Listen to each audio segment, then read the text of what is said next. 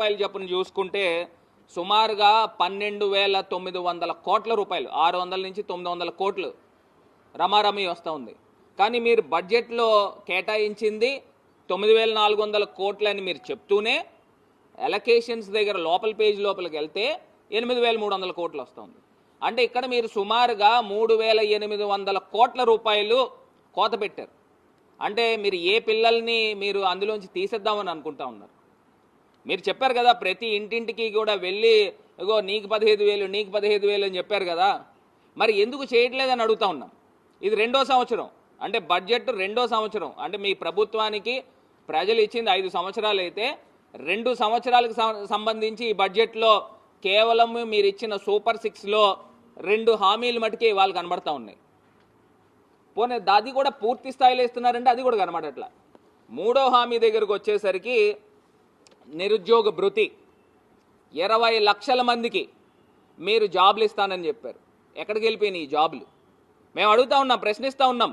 మీ చంద్రబాబు నాయుడు గారు విజన్ కదా, విజన్ 2020 కదా, స్వర్ణాంధ్ర 2030 అని చెప్పాడు. మరి 2030 గాలికి వదిలేసి మరి ప్రధానమంత్రి గారు ఎప్పుడైతే 2047 అని ఆయన నినాదం తీసుకున్నారు దాన్ని కాపీ కొట్టి ఇవాళ మళ్ళీ స్వర్ణాంధ్ర 2047 అని చెప్తా ఉన్నారు. నేను అడుగుతా ఉన్నా, మీ చంద్రబాబు నాయుడు గారు, మీ లోకేష్ గారు, మీరందరూ కూడా మీ టీం అంతా కూడా వరల్డ్ ఎకనామిక్ ఫోరంకి వెళ్ళారు, దావోస్ వెళ్ళారు. మరి చంద్రబాబు నాయుడు గారికి అంత పెద్ద గొప్ప విజనే ఉంటే ఏమైంది? ఒక్క రూపాయి అయినా ఎంఓయూ చేశారా అని వాళ్ళు మేము ప్రశ్నిస్తున్నాము. ఆంధ్రప్రదేశ్ ప్రజలు సాక్షిగా మేము ప్రశ్నిస్తున్నాము. ఒక్క రూపాయినా మీరు ఎంఓయూ చేసుకున్నారా? ఏమైపోయింది మీ తెలివి? ఏమైపోయింది మీకున్న పరిచయాలు? మీ గొప్పతనం ఏమైపోయింది? అంటే ఎక్కడ కూడా ఒక పెద్ద క్వశ్చన్ మార్క్ కనబడుతుంది. మన పక్క రాష్ట్రమే మహారాష్ట్ర, వాళ్ళు డబుల్ ఇంజన్ సర్కార్ అని చెప్పుకుంటున్నారు. వాళ్ళు సుమారుగా 15,80,000 కోట్ల రూపాయలు ఎంఓయూలు చేసుకున్నారు. సుమారుగా 61 ఎంఓయూలు నాకు తెలిసి 61 ఎంఓయూల్లో వాళ్ళు అనౌన్స్ చేసింది 16 లక్షల జాబులు అనౌన్స్ చేశారు. అదేవిధంగా మరి మన పక్కన ఉన్న రాష్ట్రం తెలంగాణ రాష్ట్రం. మరి తెలంగాణ రాష్ట్రంలో రేవంత్ రెడ్డి గారిది ఏం డబుల్ ఇంజిన్ సర్కార్ కాదు. ఆయన 1,79,000 కోట్ల రూపాయలు ఎంఓయూలు చేసుకున్నారు. 20 ఎంఓయూలు రాసుకున్నారు వాళ్ళు డిఫరెంట్ కంపెనీస్తో. వాళ్ళు అనౌన్స్ చేసింది 50,000 జాబులు అనౌన్స్ చేశారు. మరి ఈ చంద్రబాబు నాయుడు గారు ఇంత పెద్ద గొప్ప విజన్ ఉన్న నాయకుడు ఒక్క ఎంఓయూలు కూడా ఎందుకు చేసుకోలేదని వాళ్ళు మరి ప్రశ్నిస్తున్నాము. మీరు 20 లక్షల జాబులు ఏ రకంగా మీరు సృష్టిస్తారు? ఇదనంటే క్వశ్చన్ మార్క్. మరి ఇవాళ ఇక్కడ చూసినట్టయితే సుమారుగా ఏదైతే నిరుద్యోగ భృతి గురించి మనం మాట్లాడితే సుమారుగా 20 లక్షల పై మంది నిరుద్యోగుల పైనే ఉన్నారు. అంటే సుమారుగా ఇంతమంది 20 లక్షల మందికి మీరు జాబులు ఇవ్వకపోగా మీరు 3,000 రూపాయలు చొప్పున ప్రతి నిరుద్యోగికి కూడా నెలవారీ మీరు డబ్బులు ఇస్తానని చెప్పారు నిరుద్యోగ భృతి అని. లాస్ట్ టైము 2014 నుంచి 19 దాకా కూడా అందరికీ కుచ్చుటోపీ పెట్టారు. మరి ఇవాళ మీరు ఏం చేస్తూ ఉన్నారు అంటే 2వ సంవత్సరం బడ్జెట్లో కూడా నిరుద్యోగులకు ఒక్క రూపాయి కూడా మీరు బడ్జెట్లో కేటాయించలేదు. మరి ఇది మోసం కాదా అని ఇవాళ మేము ప్రశ్నిస్తున్నాం. ఇది సూటిగా మోసం కాదా అని మేము ప్రశ్నిస్తున్నాం. ఇది కాకుండా 4వ హామీ ప్రతి ఇంటింటికి కూడా సిలిండర్స్, దీపం 2 అని చెప్పి పెద్ద గొప్ప చెప్తున్నారు.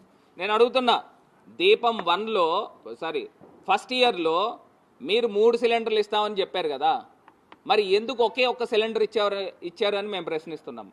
ఇప్పుడు 2వ సంవత్సరం మీరు బడ్జెట్లో కేటాయింపులో సుమారుగా 3 సిలిండర్లతో పాటు పోయిన సంవత్సరం 2 సిలిండర్లు కూడా కలిపి ఆంధ్రప్రదేశ్ ప్రజలకి, ఆంధ్రప్రదేశ్ గృహిణులకి ఈ సంవత్సరము 5 సిలిండర్లు ఇస్తున్నారా అని వాళ్ళు మేము ప్రశ్నిస్తున్నాం. 5 సిలిండర్లు ఇచ్చే ఉద్దేశం ఉందా అని మేము ప్రశ్నిస్తున్నాము. మరి ఎందుకు అబద్ధాలు ఆడుతూ ఉన్నారు? ఇప్పుడు సుమారుగా దానికి సంబంధించి ఆంధ్రప్రదేశ్ వ్యాప్తంలో 1,60,00,000 మంది కనెక్షన్స్ ఉన్నాయి నాకు తెలిసి. సుమారుగా 58 లక్షల మంది కనెక్షన్స్ ఉన్నాయి. దానికి సంబంధించి 4,000 కోట్ల పైమాటే దానికి అవసరం పడతా ఉంది. అంటే మీరు బడ్జెట్లో కేటాయించింది కేవలము 2,600 కోట్ల మటుకే అని ఇవాళ మేము సూటిగా ప్రజల సాక్షిగా మేము నిలదీస్తూ ఉన్నాం. ఇప్పుడు 5వ హామీ గురించి ఎత్తుకున్నారు. ప్రతి మహిళకి కూడా నెలకి 1500, అంటే సంవత్సరానికి 18,000. ఆ పథకం పేరేంటంటే ఆడబిడ్డ నిధి అని చెప్పేసి మీరు అనౌన్స్ చేసుకున్నారు చాలా గొప్పగా. నేను ఇవాళ అడుగుతా ఉన్నా, ఈ బడ్జెట్లో ఆడబిడ్డ నిధి ఎక్కడికి వెళ్ళిపోయిందండి అని వాళ్ళు ప్రశ్నిస్తున్నా. అంటే సుమారుగా మీరు ఏదైతే ఆడబిడ్డ నిధికి సంబంధించి సుమారుగా 18 సంవత్సరాల నుంచి 18 సంవత్సరాలు నిండిన మళ్ళీ 59 సంవత్సరాల లోపు ఉన్న మహిళలు సుమారుగా ఆంధ్రప్రదేశ్లో లెక్క వేసుకుంటే 1,60,00,000 మంది ఉన్నారండి. అంటే మీరు 18,000 చొప్పున లెక్క వేసుకుంటే సంవత్సరానికి 28,000 కోట్ల రూపాయలు ఈ బడ్జెట్లో కేటాయించాలి. ఎందుకు కేటాయించలేదు?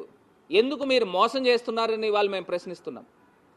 అంటే మీరు ఈ బడ్జెట్ అని చెప్తున్నారు కదా, పెద్ద గొప్పగా చెప్తున్నారు. ఇది 2వ సంవత్సరం బడ్జెట్. అంటే మీకు ఇచ్చిన 5 సంవత్సరాల్లో ఇది 2వ సంవత్సరం బడ్జెట్.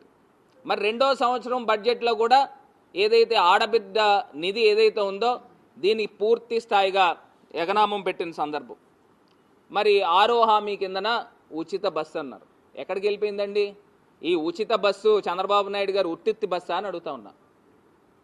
ఉచిత బస్సు ఊసేలేదే, మరి ఎక్కడికి వెళ్ళిపోతున్నాయి?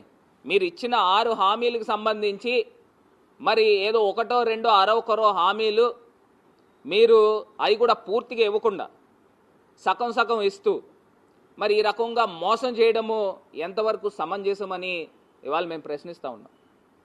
ఇదే చంద్రబాబు నాయుడు గారు మరి చాలా గొప్పగా చెప్తా ఉన్నారు. ఆంధ్రప్రదేశ్ రాష్ట్ర చరిత్రలో 3,22,000 కోట్ల 3,22,359 కోట్ల రూపాయలు ఇది చరిత్ర అని చెప్తా ఉన్నారు. బాగానే ఉంది.